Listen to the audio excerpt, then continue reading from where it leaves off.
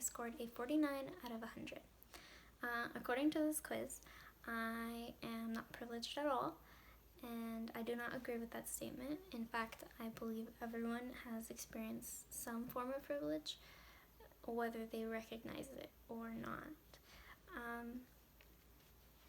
And if I had taken this quiz a couple years ago, I most likely would have not considered some of these things to be considered a privilege. And with that in mind, I've decided to research the physically disabled community. And the quiz only asked one question about this specific community, and I believe it should have added more since our community should be more aware of this. And people with disabilities have been discriminated against by society and considered outcasts, and this is nothing new. The mistreatment had started in the 1800s, and where many people were excluded from society and felt inferior.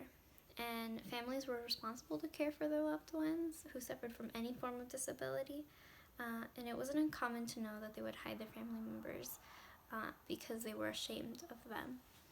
And it began change specifically because people of this community started to take action.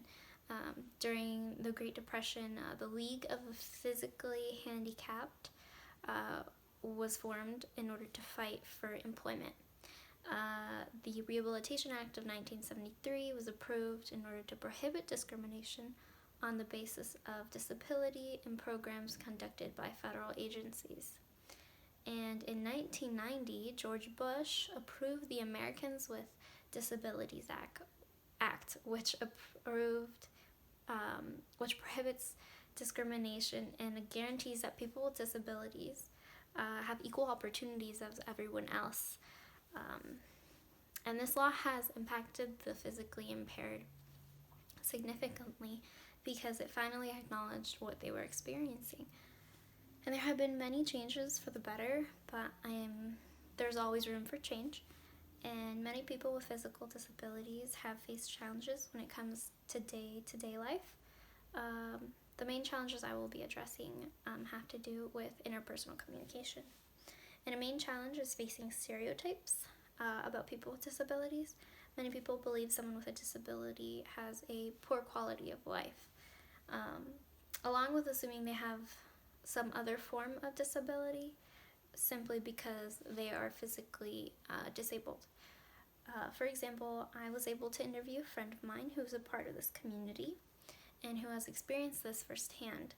She mentioned that many people speak louder or shout at her because they believe she has a hearing impairment, along with treating her like a child or using simpler terms because she may have a learning disability as well for some reason, and that can interfere with the communication with another person. Another conflict that can interfere with communication is having people tiptoe around certain words or phrases. When asking my friend Caitlin if she had ever experienced this before, she remembered a friend had avoided using the terms walk, run, jump, anything that had to do with any type of physical activity because she is in a wheelchair. And that made her feel like she had to, be cautious with everything that she had to say around her. And when it comes to the workplace, many problems can arise. Many people with disabilities struggle finding a job, let alone keeping that job because coworkers and bosses tend to believe they cannot handle too much labor work or are given less responsibilities, and along with not being taken seriously during their job. And these are just a few examples of people with disabilities, physical disabilities, that arise because of physical disabilities. And by acknowledging these conflicts this community faces, we can learn to adapt and change our way of thinking.